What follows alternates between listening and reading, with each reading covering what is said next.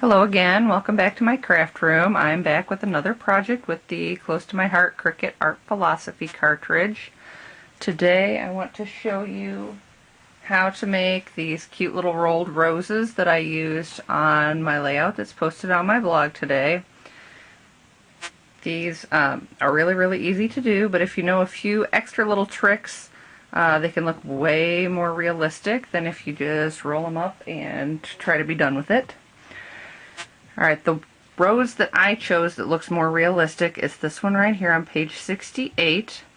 For this particular rose, because it's on the right hand column, you're going to need to use the shift key, and you'll see here that it uses the font feature key, so you make sure to put shift and the font feature key before pushing the button on your overlay that shows this fleur-de-lis and banner image on it.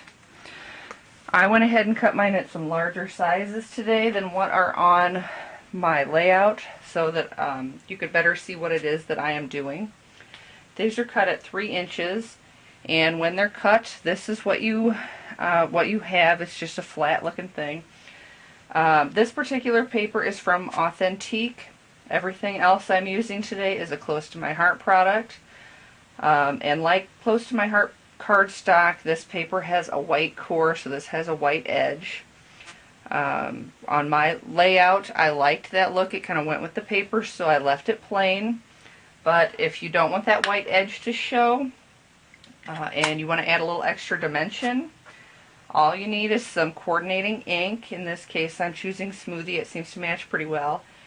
And these sponge daubers, those are available for $3.95 from Close to My Heart.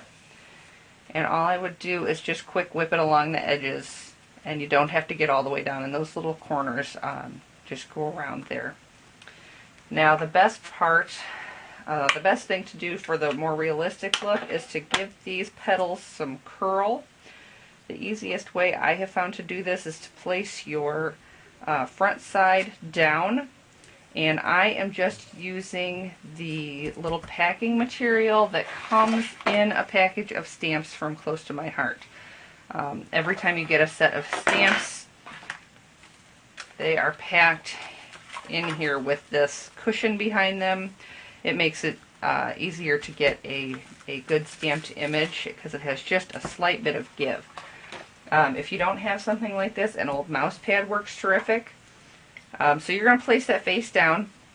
What I'm going to do is grab my embossing stylus, and this is double-ended, 325 from Close to My Heart. I'm going to use the larger end, and I'm just going to go not quite to the edge of each petal and kind of follow that curve with the embossing stylus. And then I'm going to make a crescent shape, again, not going all the way into the edge, and just using some round motions, circular motions. I'm just going to push in on that, and your petal starts to curve up and back a little bit. And you just continue that all the way around until you get down to the inside. I've already done that on a sample here. So see, I've got the edges all inked, all my petals are curled back. Now you're going to flip it back up with the ink side up. You can either use a quilling tool, or if you don't have one, or you're disorganized like I am and can't find it, you can use these handy little tweezers, also from Close to My Heart. Those are only $5.95, and they come in handy for all kinds of things. I'm just going to grab the first petal with that, and I'm going to twirl it around here, trying to keep the bottom edge even, trying to keep it flat.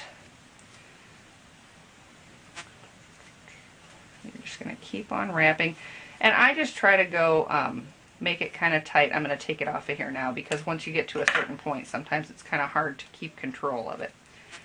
I just let it wrap kind of tight, then I don't have to worry about when I let go of it that it's not going to completely come undone. It will still retain most of its shape. So I just kind of whip it around here.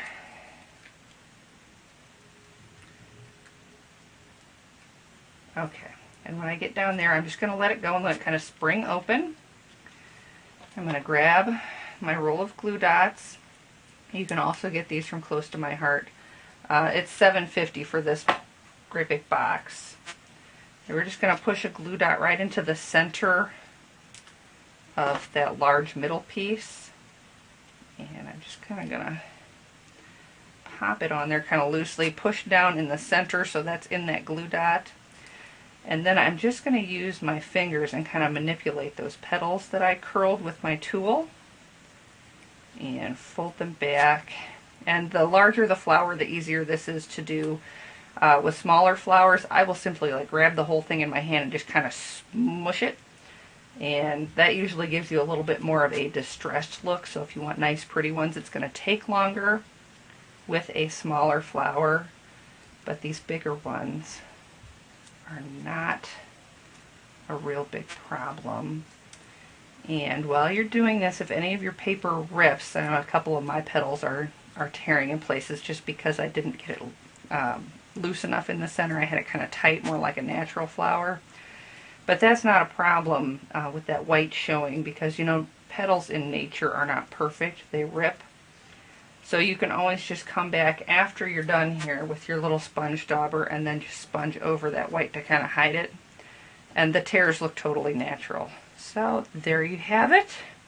And that's what started off as a 3-inch flower, and mine ended up to be about 1 inch in diameter when I was done. But that is all going to depend on how loosely or tightly you roll it. Okay, all of these items, including the Cricut cartridge, are available on my website.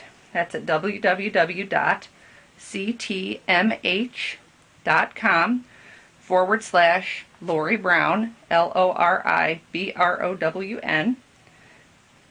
And with the Cricut cartridge also comes, remember, the 3 different stamp sets that come in the collection that are marked with how large you need to cut your shapes. Also the dimensional elements, white chipboard shapes that coordinate. All of that goes together. And for that is $99. And when you're up at $99 anyway, if you can swing it in your budget, you might as well add a few of these extra accessories on. If you can get up to $150, you're going to want to contact me so that you can host an online gathering and get yourself $25 in free merchandise through your hostess rewards. So thanks for stopping by again today, and I hope to see you again soon. Thank you.